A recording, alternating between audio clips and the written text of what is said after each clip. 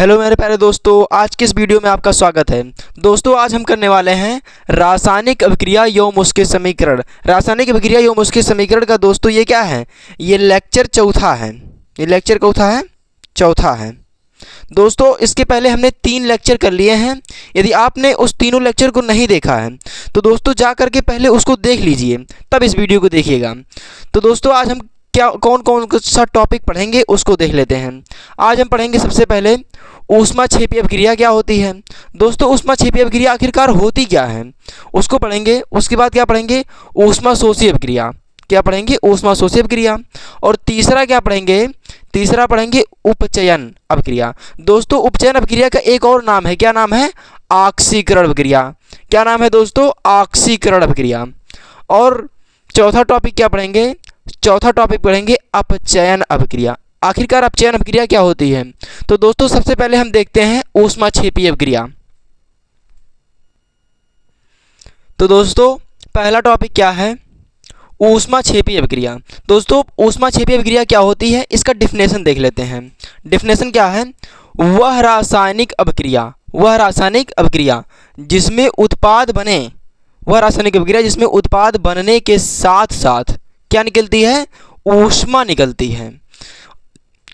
तो दोस्तों क्या है, वह रासायनिक अभिक्रिया जिसमें उत्पाद बनने के साथ साथ क्या निकले, ऊष्मा निकले, तो उसे क्या कहते हैं, ऊष्माक्षेपी अभिक्रिया कहलाती है।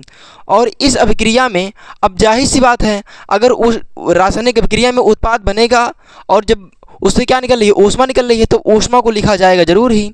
तो क्या है, इस अभिक्रिया में ऊष्मा को दाईं ओर, क्या है, दाहिनी ओर धनात्मक चिन्ह के साथ यानी प्लस चिन्ह के साथ क्या होता है, लिखा जाता है। दोस्तों क्या होता है, लिखा जाता है। अब दोस्तों इसका एक उदाहरण लेकर देखते हैं। जैसे उदाहरण क्या है,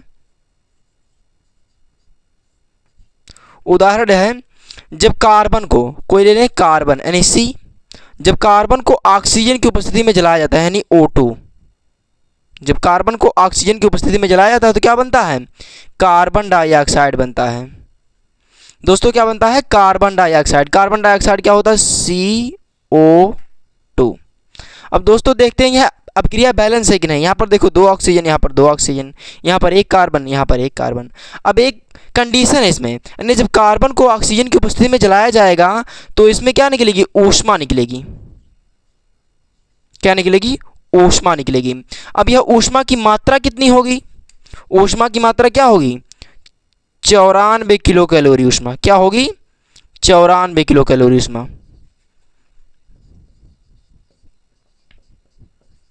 94 किलो कैलोरी।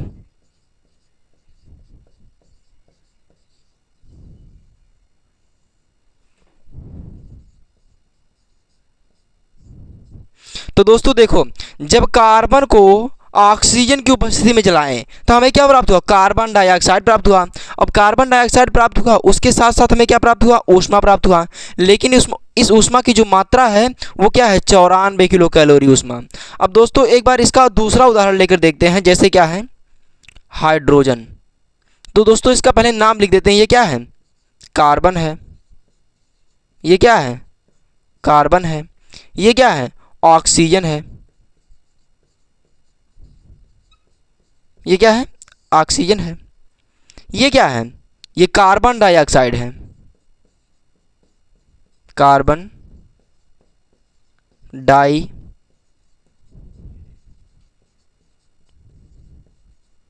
ऑक्साइड।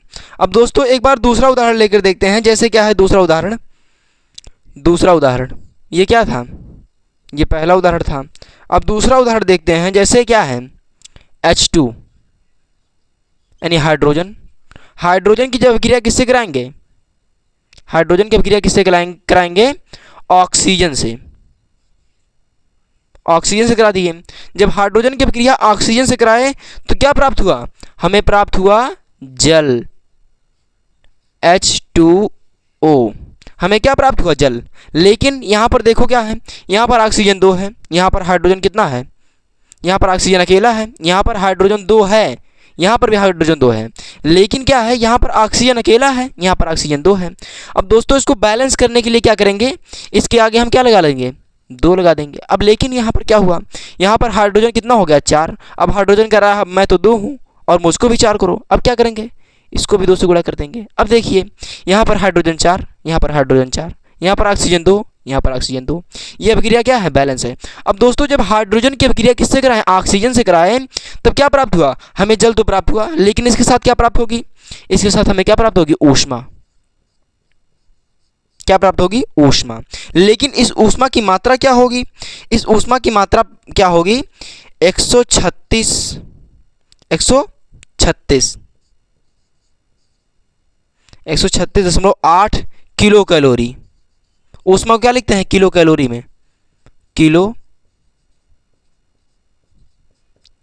कैलोरी। तो दोस्तों इतना क्लियर है? एक बार फिर से देख लेते हैं क्या है। ऊष्माक्षेपी अभिक्रिया किसे कहते हैं? वह रासायनिक अभिक्रिया जिसमें उत्पाद बने लेकिन उसके साथ साथ क्या प्राप्त हो? ऊष्मा भी प्राप्त हो, तो ऐसी अभिक्रिया को ऊष्माक्षेपी अभिक्रिया कहते हैं। सबसे पहले हमने देखा क्या?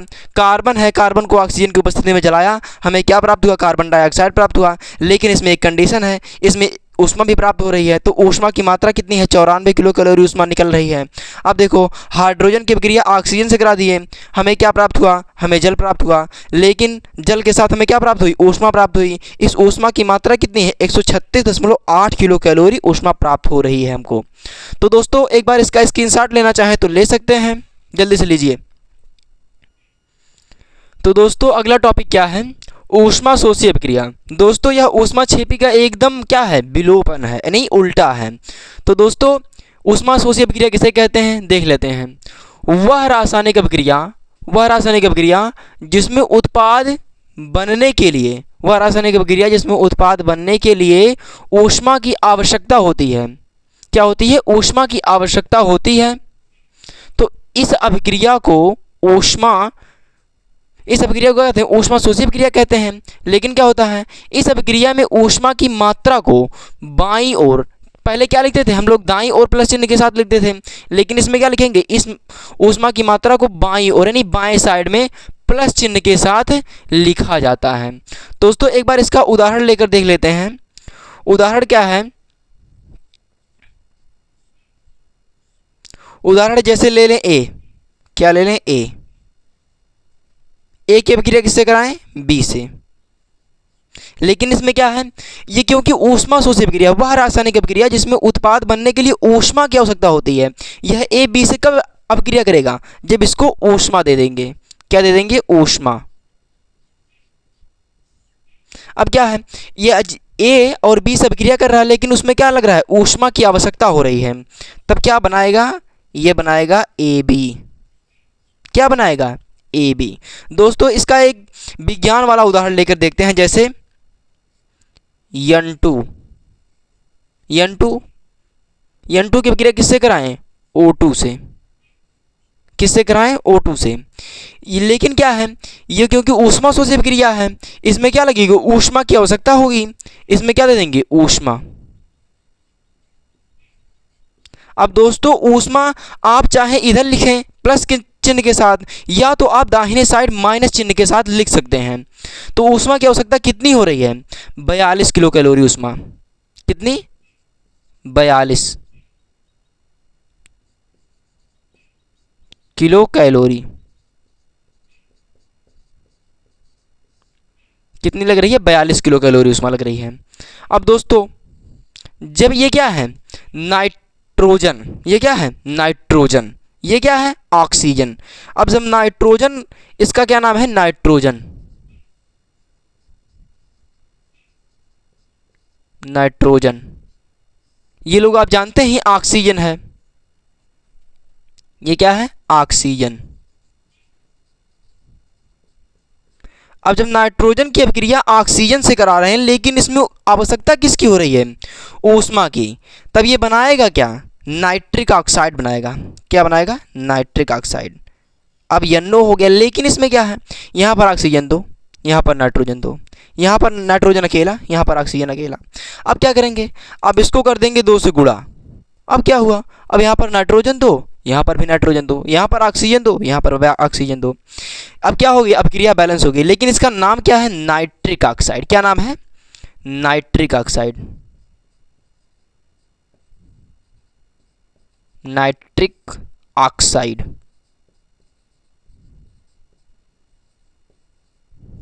Nitric oxide. दोस्तों इसको प्रॉपर तरीके से लिख कर देखते हैं, क्या है, जब N2 ऑक्सीजन यानी N2 जब क्या होता है, जब N2 ऑक्सीजन से क्रिया करता है, जब N2 यानी नाइट्रोजन ये क्या है, ऑक्सीजन से क्रिया करता है,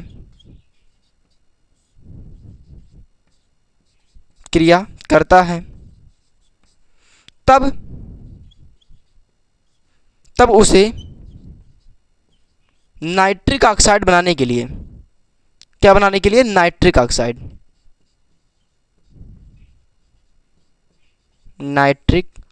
बनाने के लिए, नाइट्रिक ऑक्साइड बनाने के लिए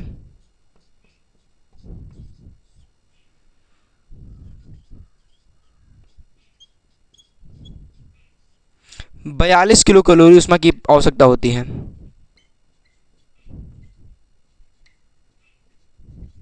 42 किलो कैलोरी ऊष्मा की आवश्यकता होती है, ऊष्मा की आवश्यकता होती है।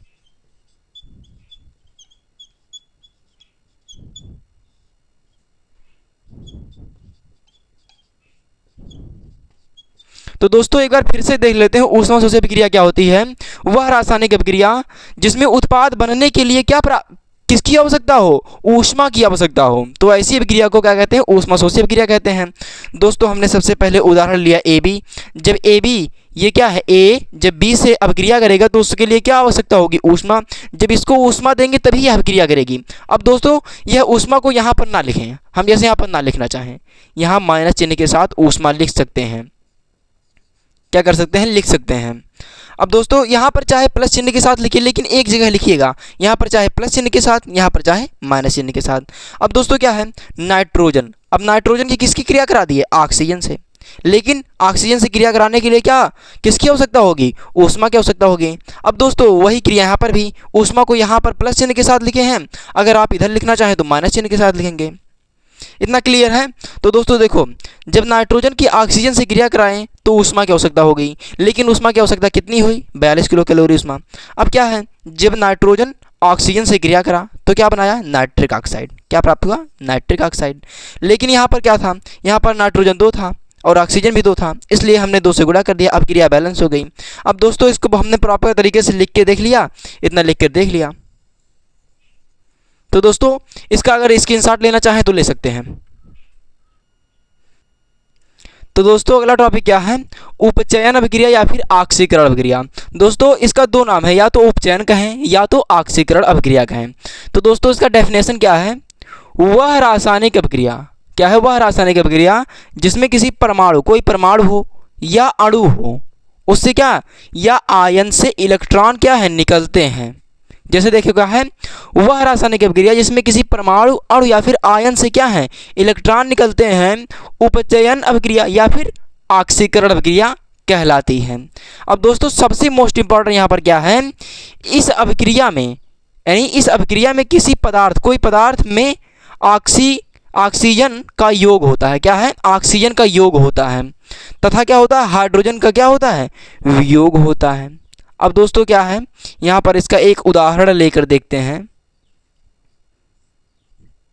इससे क्या होता है, किसी परमाणु, अणु या फिर आयन से निकलते हैं, क्या है, इलेक्ट्रॉन निकलते हैं। जैसे यहाँ पर क्या है, सोडियम, यानी सोडियम का Na।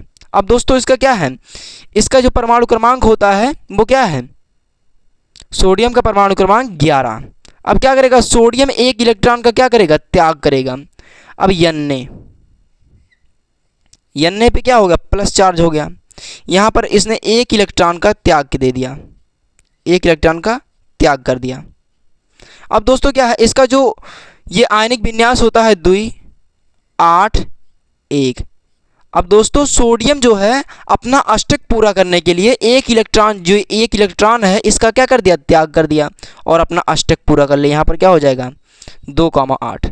अब दोस्तों यहाँ पर क्या हो रहा है, सोडियम जो है एक इलेक्ट्रॉन का क्या कर रहा है, त्याग कर रहा है। क्योंकि देखो दोस्तों यहाँ पर प्लस चार्ज क्यों आया, क्योंकि जब कोई ये क्या है, एक इलेक्ट्रॉन अगर ग्रहण करेगा तो इसके पास ऋणात्मक चिन्ह आ जाएगा। जैसे देखिए आपने किसी को उधार दिया तो आप क्या है, धनवान हैं, इसलिए आप पर क्या होगा, प्लस चार्ज लगेगा। यहाँ पर सोडियम क्या कर रहा है, एक इलेक्ट्रॉन को त्याग कर रहा है। अब जैसे क्या है, मैग्नीशियम, दूसरा उदाहरण क्या ले लें, मैग्नीशियम। मैग्नीशियम का परमाणु क्रमांक कितना होता है, 12 होता है। अब मैग्नीशियम यहाँ पर क्या है, 2,8,2। अब दोस्तों क्या है, अब मैग्नीशियम अपना अष्टक पूरा करने के लिए 2 इलेक्ट्रॉन त्याग देगा। यहाँ पर क्या होता, 8 अगर होता तो ये त्यागता नहीं, यहाँ पर क्योंकि 2 है, यहाँ पर 2 है, इसलिए यह 2 इलेक्ट्रॉन का त्याग कर देगा। अब मैग्नीशियम पर भी क्या होगा, अब मैग्नीशियम +1 का चार्ज नहीं आएगा, यहाँ पर क्या होगा, +2 का चार्ज। यहाँ पर क्या कर रहा है, 2 इलेक्ट्रॉन का त्याग कर रहा है। यहाँ पर 2 इलेक्ट्रॉन का क्या कर रहा है, त्याग कर रहा है। अब दोस्तों यहाँ पर देखिए, यहाँ पर इसने 2 इलेक्ट्रॉन का त्याग कर दिया। अब यहाँ पर क्या होगा, 2,8। अब दोस्तों इसका एक उदाहरण लेकर देखते हैं जिसमें क्या होता है, इस अभिक्रिया में किसी पदार्थ में ऑक्सीजन का योग हो जाए, जिसमें क्या है, ऑक्सीजन का योग किसमें होता है, जैसे क्या है, ये क्या है, तीसरा उदाहरण जैसे क्या है, मैग्नीशियम Mg+O2। यानी जब मैग्नीशियम को ऑक्सीजन की उपस्थिति में जलाया जाता है तो मैग्नीशियम ऑक्साइड का सफ़ेद चूर्ण प्राप्त होता है। यहाँ पर क्या है, मैग्नीशियम की अभिक्रिया हम किससे करा रहे हैं, ऑक्सीजन से। ऑक्सीजन क्या होगा, यानी MgO। अब यहाँ पर ऑक्सीजन हो गया अकेला, क्योंकि मैग्नीशियम के पर क्या है, +2 का चार्ज है। यहाँ पर ऑक्सीजन अकेला है, यहाँ पर ऑक्सीजन 2 है, यहाँ पर ऑक्सीजन अकेला है। अब क्या करेंगे, यहाँ पर क्या करेंगे, 2 कर देंगे। अब देखिए मैग्नीशियम यहाँ पर हो गया 2, यहाँ पर है अकेला, इसलिए यहाँ पर भी 2 से गुणा कर देंगे।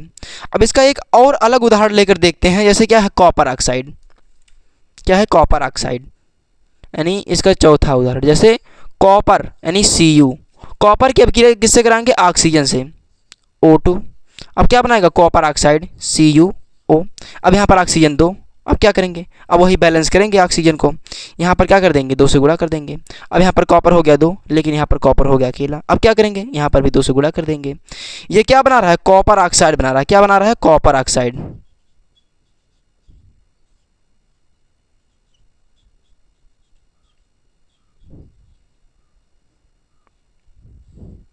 ये कॉपर है।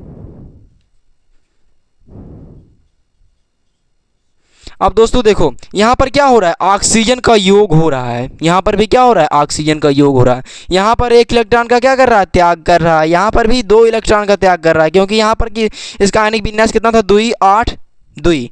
यानी पहले कक्ष में कितने इलेक्ट्रॉन होते हैं, 2, दूसरे कक्ष में 8, तीसरे कक्ष में 8, ऐसे करते करते जाता है। उसके बाद क्या है दोस्तों, उपचयन अभिक्रिया, ऑक्सीकरण अभिक्रिया आपको समझ में आ गई होगी। यदि इसका स्क्रीनशॉट लेना चाहें तो ले सकते हैं। तो दोस्तों अगला टॉपिक क्या है, अपचयन अभिक्रिया। ये क्या है, अपचयन अभिक्रिया। दोस्तों यह उपचयन अभिक्रिया का एकदम क्या है, विलोम है।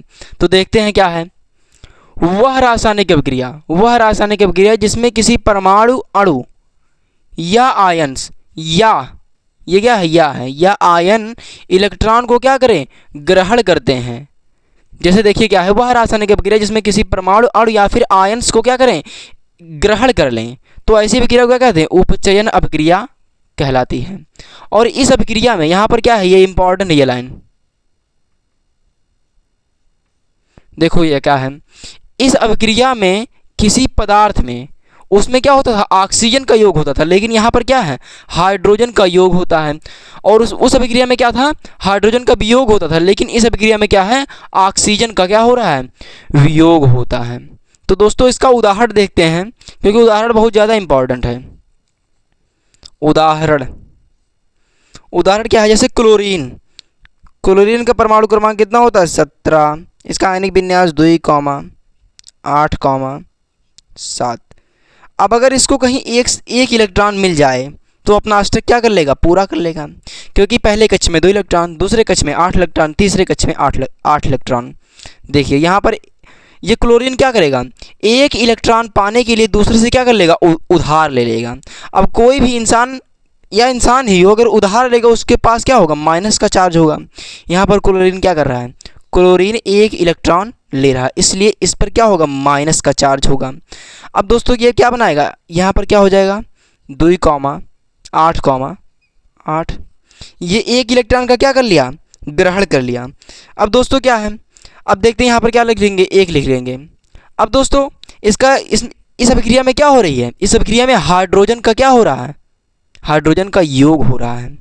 अब क्या करेंगे, ऑक्सीजन का और क्या हो रहा है, ऑक्सीजन का वियोग हो रहा है। अब देखिए जैसे क्या है जिंक ऑक्साइड ZnO, अगर ZnO की क्रिया हम किससे करा दें, कार्बन से करा दें। अब कार्बन क्या करेगा, ये क्या है जिंक ऑक्साइड,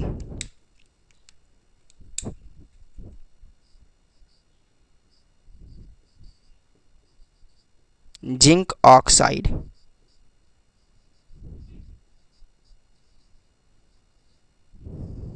जिंक ऑक्साइड ये तो जानते ही हैं कार्बन है।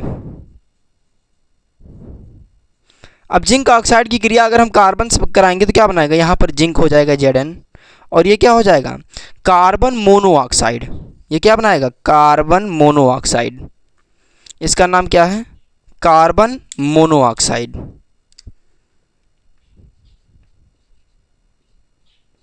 Carbon mono oxide. अब दोस्तों देखिए यहाँ पर ऑक्सीजन का क्या हो रहा है, वियोग हो रहा है। ऑक्सीजन का यहाँ पर क्या हो रहा है, वियोग हो रहा है। ये कार्बन, ये Zn क्या है, Zn यानी जिंक ऑक्साइड से ऑक्सीजन क्या हो रहा है, अलग हो रहा है, इसलिए यहाँ पर क्या होगा, ऑक्सीजन का क्या हो रहा है, वियोग हो रहा है। अब दोस्तों जैसे देखिए यहाँ पर इसको एक बार फिर से देख लेते हैं। अपचयन अभिक्रिया किसे कहते हैं, वह रासायनिक अभिक्रिया जिसमें किसी परमाणु, अणु या फिर आयंस जो हैं वो इलेक्ट्रॉन को ग्रहण करते हैं, अपचयन अभिक्रिया कहलाती है। इस अभिक्रिया में क्या होता है, किसी पदार्थ में हाइड्रोजन का वियोग होता है, हाइड्रोजन का क्या होता है, योग होता है, लेकिन क्या होता है, ऑक्सीजन का क्या होता है, वियोग होता है। यहाँ पर ऑक्सीजन का वियोग हो रहा है। तो दोस्तों एक बार इसको देख लीजिए, इसका स्क्रीनशॉट लेना चाहें तो ले सकते हैं, जल्दी से लीजिए।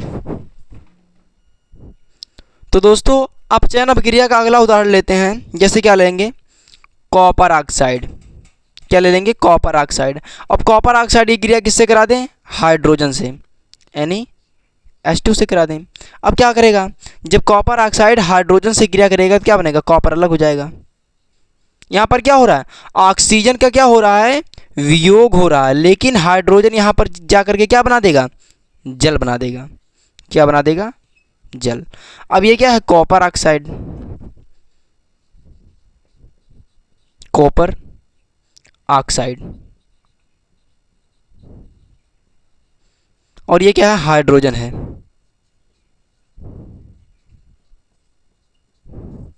ये क्या बना दिया, कॉपर बना दिया, और ये क्या बना दिया, जल बना दिया।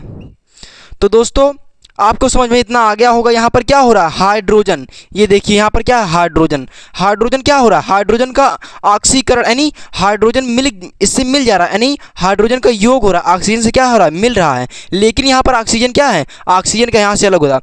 दोस्तों आप इधर का कुछ भी नहीं होगा, अगर जो होगा वो इधर का ही होगा, यानी इसका चाहे योग होगा चाहे वियोग होगा वो इस साइड का ही होगा, यानी अभिकारकों का ही होगा। क्या होगा, अभिकारक, अभिकारक का ही या तो योग होगा या तो वियोग होगा, लेकिन उस उत्पाद का कुछ नहीं होता है, उत्पाद जैसे बनता है वैसे ही बन जाता है। तो दोस्तों आज के लिए इतना ही, मिलते हैं अगले वीडियो में। लेकिन उससे पहले दोस्तों हम आप लोगों को नोट्स दिखा देना चाहते हैं। दोस्तों यह रासायनिक अभिक्रिया एवं उसका समीकरण एक लेक्चर और आएगा, और उस एक लेक्चर में क्या होगा, यह रासायनिक अभिक्रिया एवं उसके समीकरण चैप्टर जो है वो एंड हो जाएगा।